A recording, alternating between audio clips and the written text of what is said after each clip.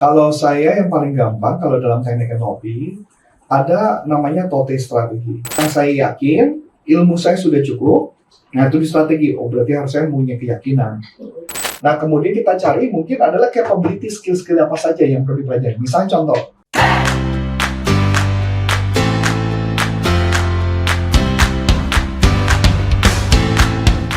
Halo teman-teman, kembali lagi di YouTube channel Panduan Bisnis dengan NLP dengan saya Karin. Nah, kali ini kita mau bahas bagaimana cara kita modeling untuk bisnis.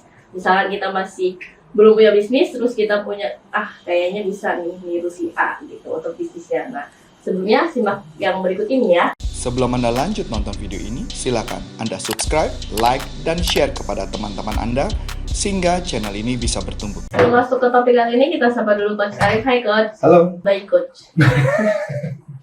pertanyaan macam apa itu ya? Tolong komentar. Tadi sapa Coach Arif caranya seperti apa? Aduh, gimana?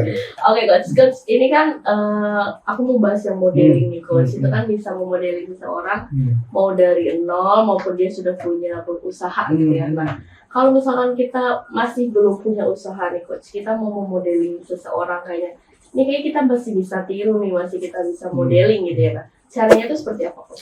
Kalau saya yang paling gampang, kalau dalam teknik NLP, ada namanya TOTE strategi. Oke.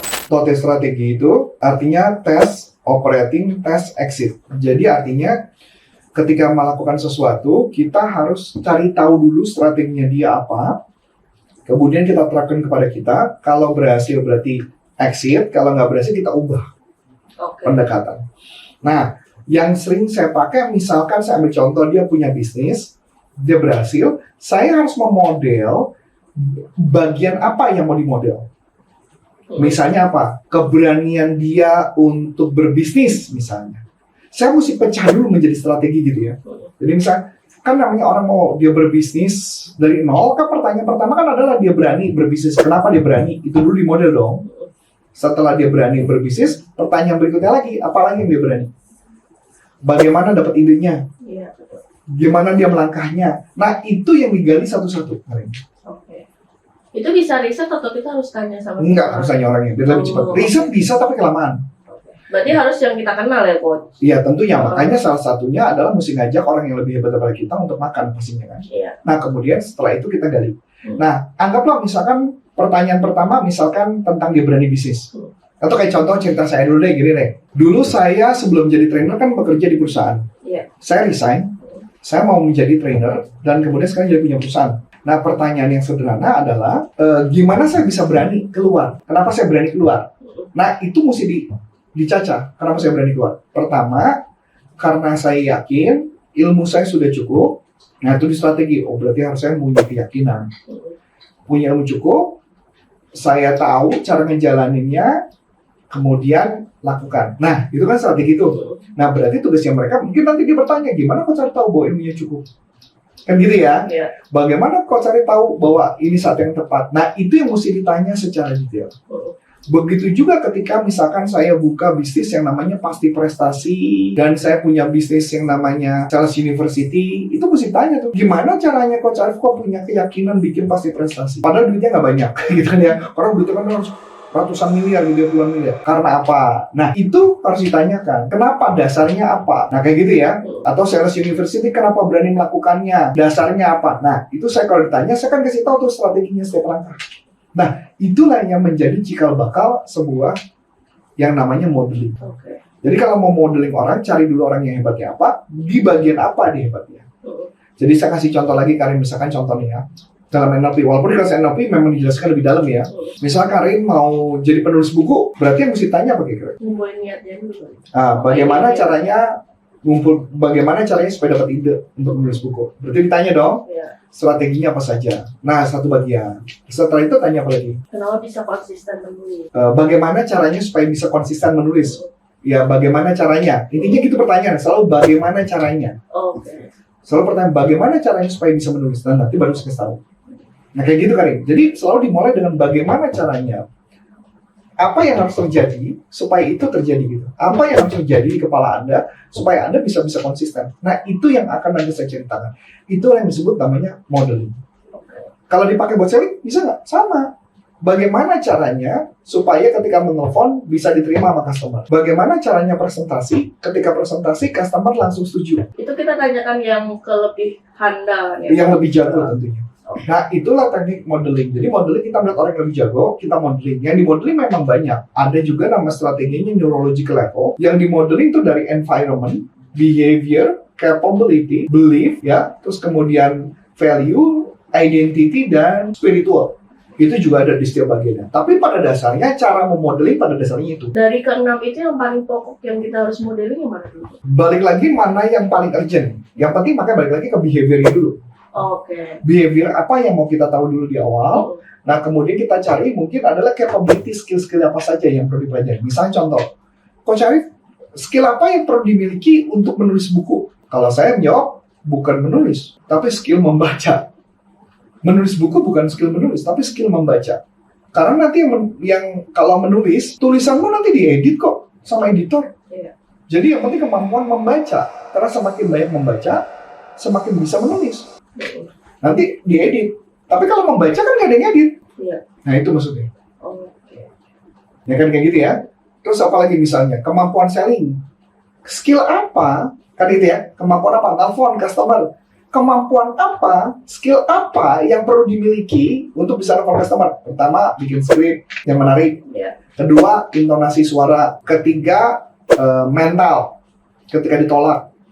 Keempat, teknik mengatasi keberatan. Nah, kayak gitu tuh. Nah, kalau udah punya kayak gitu, udah jalan. Kebanyakan orang suka gagal ketika ditolak. Dia nggak tahu next beloknya kemana, nggak tahu. Masalah belok ke kanan, belok kirinya dia nggak tahu. Nah, itu tugas kita adalah mengevaluasi itu.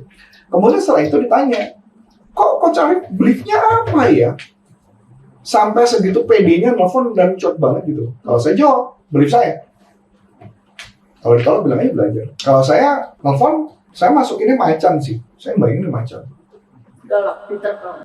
Ih, Oh. mau dimakan. Saya bayangin makan orang gitu. Jadi di kepala saya itu jadi maksudnya. Saya harus makan.